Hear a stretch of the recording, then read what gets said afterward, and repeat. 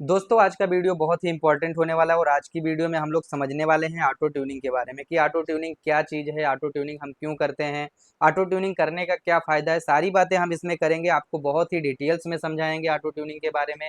अगर आप इस वीडियो को लास्ट तक देखते हैं तो आपको पॉइंट टू पॉइंट हर बात समझ में आएगा कि ऑटो ट्यूनिंग किस लिए किया जाता है और ऑटो ट्यूनिंग से रिलेटेड हर एक प्रॉब्लम आज आपका यहाँ पे सॉल्व होगा। तो आप वीडियो को लास्ट तक जरूर देखिएगा। अगर आप हमारे चैनल पे नए हैं तो चैनल को सब्सक्राइब कर लेना, बेल आइकन को जरूर प्रेस कर देना क्योंकि हम आपके लिए ऐसे ही इंटरेस्टिंग वीडियो लाते रहते हैं। दोस्तों सबसे पहले हम समझेंगे ऑटो ट्यूनिंग के बारे में कि what is auto tuning. Auto tuning है क्या चीज। देखिए क्या होता है कि जब भी हम किसी बीएफडी में, किसी सर्वो में जब भी हम पैरामीटर सेट करते हैं तो एक तो ऑप्शन होता है कि हम मैनुअली पैरामीटर को सेट करें। जैसे कि मान लीजिए कि हम एक बीएफडी के अंदर मोटर का पैरामीटर डाल रहे हैं तो वहां पे हम मोटर के सारे पैरामीटर को मैनुअली सेट कर सकते हैं। जैसे कि मान लीजिए हमको बीएफडी के अंदर मोटर का एम्पियर डालना है, बीएफडी के अंदर मोटर का हर्ट्ज डालना है, बीएफडी के अंदर मोटर की जितनी भी डेटा डालनी है हम मैनुअली डालते हैं। दूसरा एक ऑप्शन होता है कि अगर वही सारे पैरामीटर ऑटोमेटिक प्रोसेस करके अपने आप बीएफडी के अंदर इनबिल्ड हो जाएं तो उसी को ऑटो ट्यूनिंग बोलते हैं। तो होता क्या है कि जैसे क्या ड्राइव खुद मोटर को टेस्ट करता है। जैसे मान लीजिए हम ड्राइव कनेक्ट कर दिए और एक मोटर कनेक्ट कर दिए, इस कंडीशंस में क्या होगा कि ड्राइव मोटर को खुद रन करेगा जब भी हम बीएफडी के थ्रू ऑटो ट्यूनिंग करेंगे। आपने देखा भी होगा, इसका मैं प्रैक्टिकल वीडियो भी लेकर के आऊंगा, आप लोग वीडियो में कमेंट जरूर करिएगा। अगर आप लोग ऑटो ट्यूनिंग का वीडियो चाहते हैं तो आप लोग वीडियो में कमेंट करिएगा, मैं आपको इसको प्रैक्टिकल वीडियो भी लेके आऊंगा। लेकिन प्रैक्टिकल सीखने से पहले थ्योरेटिकल नॉलेज होना बहुत जरूरी होता है। तो दोस्तों जैसे कि मान लीजिए कि हमने ऑटो ट्यूनिंग में मोटर को डाला, तो जब हम ड्राइव से मोटर के लिए ऑटो ट्यूनिंग करते हैं तो मोटर का सारा पैरामीटर ड्राइव खुद ब खुद एक्सेस करता है। ऐसा हम जब करते हैं जब हमको बेहतरीन परफॉर्मेंस की रिक्वायरमेंट होती है। जैसे कि मान लीजिए हम ड्राइव के थ्रू किसी मोटर को टार्क मोड में या पीआईडी मोड में चला रहे हैं तो उस कंडीशंस में हमको एकदम से एक्यूरेसी चाहिए होता है और उसके लिए अगर हम मैनुअली पैरामीटर डालते हैं तो बहुत सारे पैरामीटर्स ऐसे हैं जो हम प्रॉपरली नहीं फीड कर सकते हैं, इसीलिए हमको ऑटो ट्यूनिंग की रिक्वायरमेंट पड़ती है। दोस्तों अब मैनुअल और ऑटो ट्यूनिंग के बारे में हम समझेंगे। मैनुअल में क्या होता है, ऑटो ट्यूनिंग में क्या होता है। तो देखिए मैनुअल में क्या होता है कि मैनुअल कंडीशन में जैसे कि मान लीजिए हमको मोटर का डेटा बीएफटी में डालना है तो मैनुअली हमको मोटर के नेम प्लेट को रीड करना पड़ेगा, उसके बाद मैनुअली एक एक पैरामीटर में जाके डेटा डालना पड़ेगा। तो मैनुअल कंडीशन में हमारा टाइम कंज्यूमिंग होगा, एक्सपर्ट में रिक्वायरमेंट होगी। कोई फ्रेशर स्टूडेंट है तो वो फिर पैरामीटर्स डालने में गलतियां कर सकता है। ऑटो में क्या होता है कि अगर हम ऑटो ट्यूनिंग करते हैं तो ये फास्ट होता है, एक्यूरेट होता है, इजी होता है, इसीलिए भी ऑटो ट्यूनिंग किया जाता है। ऑटो ट्यूनिंग क्या करता है, ह्यूमन एरर को रिड्यूस करता है। देखिए कोई भी चीज होता है कि मान लीजिए एक इंसान कोई चीज के पैरामीटर्स को डाला तो कुछ गलतियां कर सकता है, बट मशीन अगर उसको ऑटोमेटिक डिटेक्ट करती है तो वहां पे गलतियों के चांस बिल्कुल 0% हो जाते हैं। ऑटो ट्यूनिंग क्यों किया जाता है ये भी बात समझना जरूरी है। देखिए जब हम मान लीजिए कि आप एक बीएफडी से एक मोटर को चला रहे हैं, बीएफडी से मोटर चलते चलते भाई कई बार ऐसा होने लगता है कि मोटर के अंदर वाइब्रेशन जनरेट हो जाता है। अब वो वाइब्रेशन अगर जनरेट हो रहा है तो उस वाइब्रेशन को खत्म करने के लिए भी हम ऑटो ट्यूनिंग करते हैं ताकि हमारा प्रोसेस स्मूथ चल सके। उसके बाद मैं बात करता हूँ बेटर इफिशियंसी के लिए। देखिए क्या है कि मान लीजिए आपका मोटर कोई है और एक बीएफडी से चल रहा है, अभी वो मान लीजिए 5 एम्पियर करंट ले रहा है लेकिन आपने थोड़ा सा उसकी वैल्यू ज्यादा डाल दी तो वो इफिशियंसी वो नहीं दे पाएगा जो एकदम से एक्यूरेट वैल्यू डालने पर देगा। तो अगर हमको बेटर इफिशियंसी की रिक्वायरमेंट है तो भी हमको ऑटो ट्यूनिंग करनी पड़ती है। तीसरी चीज है लेस वाइब्रेशन। अगर हम ऑटो ट्यूनिंग करते हैं तो मोटर के अंदर वाइब्रेशन नहीं होगा, जैसे कि अभी मैंने स्टार्टिंग में ही आपको बताया कि मोटर के अंदर की वाइब्रेशन खत्म हो जाएगी। एक्यूरेट कंट्रोल, जैसे कहीं पे हमको पोजीशन की कंट्रोलिंग करनी है, जैसे सर्वो में भी हम ऑटो ट्यूनिंग करते हैं तो जैसे मान लीजिए वहां से हमको क्या होता है एकदम एक्यूरेट कंट्रोलिंग मिल पाता है, वीएफडी के अंदर भी एक्यूरेट कंट्रोलिंग मिल जाता है। तो इन सब कंडीशंस के लिए ही हमको ऑटो ट्यूनिंग करना पड़ता है। जैसे कि सर्वो सिस्टम के बारे में थोड़ा सा हम बात कर लेते हैं क्योंकि ऑटो ट्यूनिंग उसके अंदर भी होता है। जैसे कि हमको पोजीशन कंट्रोल करने के लिए, स्पीड कंट्रोल करने के लिए, टार्क कंट्रोल करने के लिए सर्वो की जरूरत पड़ती है। सर्वो को हम लगाते कहाँ पे, जैसे सीएनसी हुआ, रोबोटिक्स हुआ, इन सब जगह पे हम सर्वो को लगाते हैं। इसका हाई प्रिसिशन सिस्टम है, जैसे जहां पे हमारा बीएफडी काम करेगा कोई जरूरी नहीं कि वहां पे सर्वो काम नहीं करेगा, लेकिन वीएफडी वहां नहीं काम कर पाएगा जहां पे सर्वो काम करेगा, क्योंकि कहीं पे आपको पोजीशन कंट्रोलिंग करना है, स्पीड बेस खूब फास्ट स्पीड में चलाना है, टार्क को मेंटेन रखना है, तो वहां पे आपको सर्वो लगाना पड़ेगा। आप बीएफडी की जगह सर्वो लगा के काम कर सकते हो लेकिन सर्वो की जगह बीएफडी लगा के आप काम नहीं कर पाएंगे। अब बातें हैं, थोड़ा सा समझेंगे पीआईडी कंट्रोल के बारे में, क्योंकि जब हमारा पीआईडी के अंदर भी जो है अपना ऑटो ट्यूनिंग का ऑप्शंस होता है और जब ऑटो ट्यूनिंग की बात आती है तो कहीं ना कहीं ये पीआईडी से रिलेट किया जाता है। देखिए पीआईडी में क्या होता है, पी का मतलब होता है प्रोपोर्शनल, लेकिन प्रोपोर्शनल वर्ड शायद आपको ना समझ में आए, तो ये आप समझिए कि पी का मतलब होता है फास्ट रिस्पॉन्स, मतलब अगर आप पी को इंक्रीज करेंगे उतना जल्दी जल्दी ये रिस्पॉन्स करेगा। और आई का मतलब होता है आपका इरर करेक्शन, मतलब आई क्या करता है कि जैसे मान लीजिए जल्दी जल्दी रिस्पॉन्स किए जा रहा है तो पीछे अगर कुछ इरर बच रहा है उस इरर को आई करेक्ट करने की कोशिश करता है। और डी का मतलब होता है स्टेबिलिटी, इसीलिए कभी कभी आप देखेंगे बहुत सारे डिवाइसेस में बीएफडी में सर्वो में खाली पीआई होता है, पीआईडी नहीं होता है, लेकिन डी का मतलब होता है स्टेबिलिटी। मतलब अगर आपके पीआईडी में कोई प्रोसेस आपका चल रहा है, ऑटो ट्यूनिंग ले रहा है, उस कंडीशन में स्टेबिलिटी नहीं है तो भी हम इसकी स्टेबिलिटी को बढ़ा सकते हैं। उसके बाद मैं बात करता हूँ auto tuning adjust all automatically. अगर हम पीआईडी मोड में भी ऑटो ट्यूनिंग करते हैं तो ऑटो ट्यूनिंग करने से ये फायदा होगा कि ये ऑटोमेटिक एडजस्ट कर लेगा।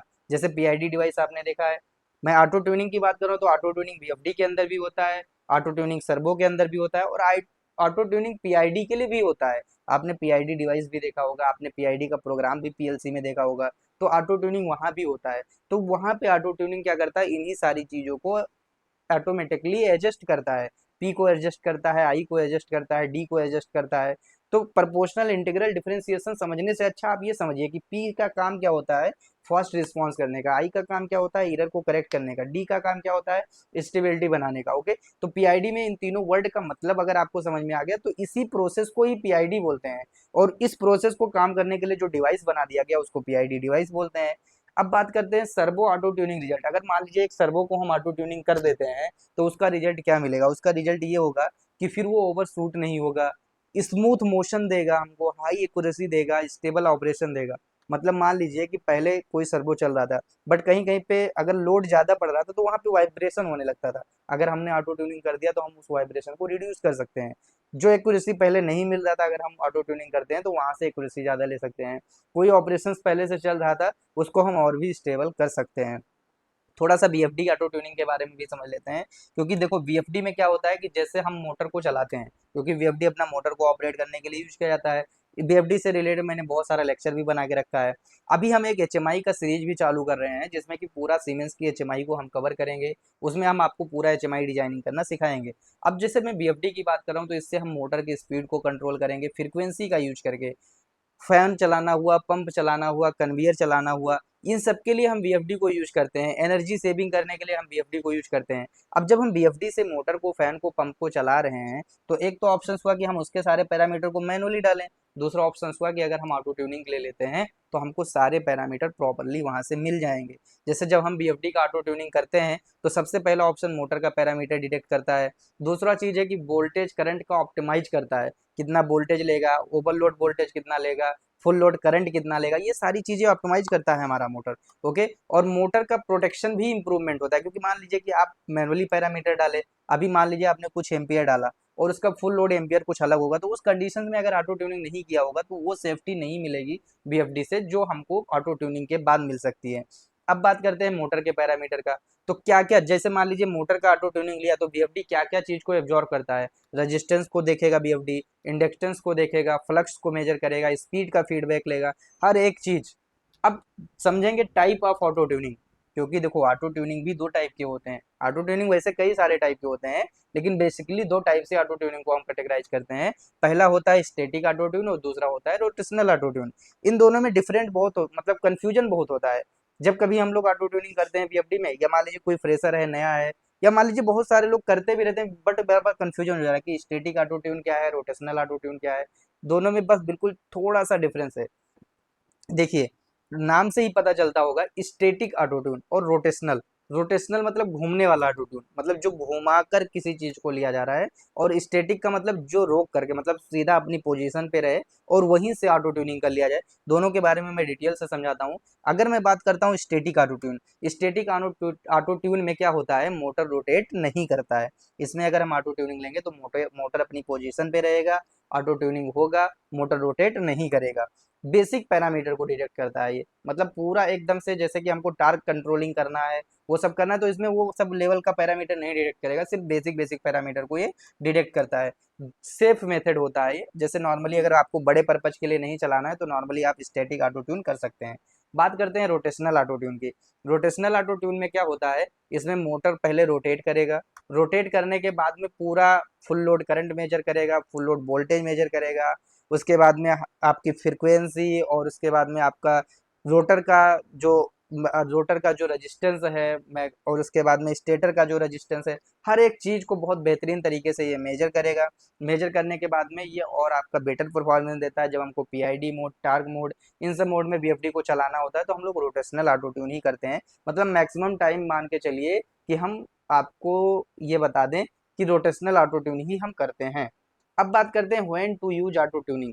ऑटो ट्यूनिंग का यूज कब करते हैं, ये बात जानना बहुत जरूरी है, क्योंकि हमारे मन में आ रहा होगा फिर हम मोटर का पैरामीटर क्यों डालें, हर जगह हम ऑटो ट्यूनिंग ही कर लिया करें। तो कोई जरूरी नहीं कि आपको हर जगह ऑटो ट्यूनिंग करना है। आपको इस बात को समझना है कि आपको ऑटो ट्यूनिंग कब करना है। देखिए, जैसे मान लीजिए आपने कोई नया मोटर इंस्टॉल किया, उस समय आप ऑटो ट्यूनिंग कर लिए। या मान लीजिए आपका पहले से कोई ड्राइव चल रहा था, वो ड्राइव में कुछ इशू आ गया, आप नया ड्राइव लगा रहे हैं, तो आप वहां पे ऑटो ट्यूनिंग कर लीजिए, क्योंकि मोटर लोड के साथ, गियर बॉक्स के साथ कनेक्टेड होता है।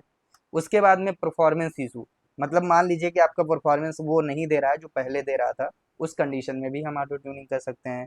वाइब्रेशन प्रॉब्लम, जैसे कि मैं बार बार आपको वाइब्रेशन वाला बात मैं बार बार क्यों बोल रहा हूँ, क्योंकि ये प्रॉब्लम नॉर्मल प्रॉब्लम है, ये आपको आता ही रहता है। तो इसीलिए वाइब्रेशन का प्रॉब्लम हो तो भी ऑटो ट्यूनिंग करना है। इसके फायदे क्या है, क्या हमको सावधानियां रखनी है। यहाँ पे हमको फायदा तो पता ही चला क्या फायदा है ऑटो ट्यूनिंग करने से, लेकिन अब हमको समझना है कि इसके सावधानियां क्या रखनी है हमको ऑटो ट्यूनिंग करने में। देखिए क्या होता है कि जब भी आप ऑटो ट्यूनिंग करिए तो पहले एक बार मोटर को, लोड को डिस्कनेक्ट करके ही ऑटो ट्यूनिंग करिए, क्योंकि अगर लोड कनेक्ट किए रहेंगे तो उसके हिसाब से वो एम्पियर वगैरह ज्यादा लेगा तो वैल्यू ज्यादा सेव हो जाएगा।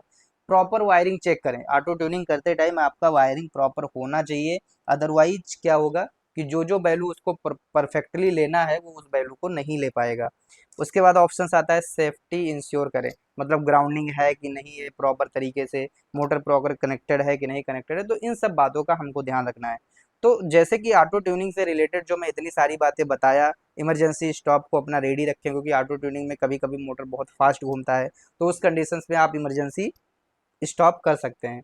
तो ये सारी बातें जो मैंने आपको बताया ऑटो ट्यूनिंग से रिलेटेड, एक्चुअली ये जो ऑटो ट्यूनिंग वर्ड था ये लोगों को परेशान करना था, कमेंट भी आ रहा था हमारे पास कि सर ऑटो ट्यूनिंग से रिलेटेड वीडियो बनाइए। तो मैं सोचा क्यों ना आपको पहले ऑटो ट्यूनिंग की थ्योरेटिकली चीजें सभी समझा देता हूँ। इससे आपको ये तो समझ में आ गया होगा कि ऑटो ट्यूनिंग है क्या चीज, इतना बात तो क्लियर हो गया होगा। अब अगर आप लोग चाहते हैं कि मैं ऑटो ट्यूनिंग का प्रैक्टिकल वीडियो भी करके आपको दिखाऊं, तो आप लोग वीडियो में ज़्यादा से ज़्यादा कमेंट करिएगा, वीडियो को ज़्यादा से ज़्यादा शेयर करिएगा। और अगर इस वीडियो पे 50 लाइक कंप्लीट होते हैं तो मैं ऑटो ट्यूनिंग का प्रैक्टिकल वीडियो भी लेकर के आऊँगा। तो मुझे उम्मीद है कि आप सभी लोग इस टारगेट को पूरा करेंगे, आप लोग वीडियो में कमेंट करेंगे, और ऐसे ही इंटरेस्टिंग वीडियो मैं आपके लिए लाता रहूँगा। आज के लिए इतना ही, मिलते हैं आपको नेक्स्ट वीडियो में। नमस्कार दोस्तों।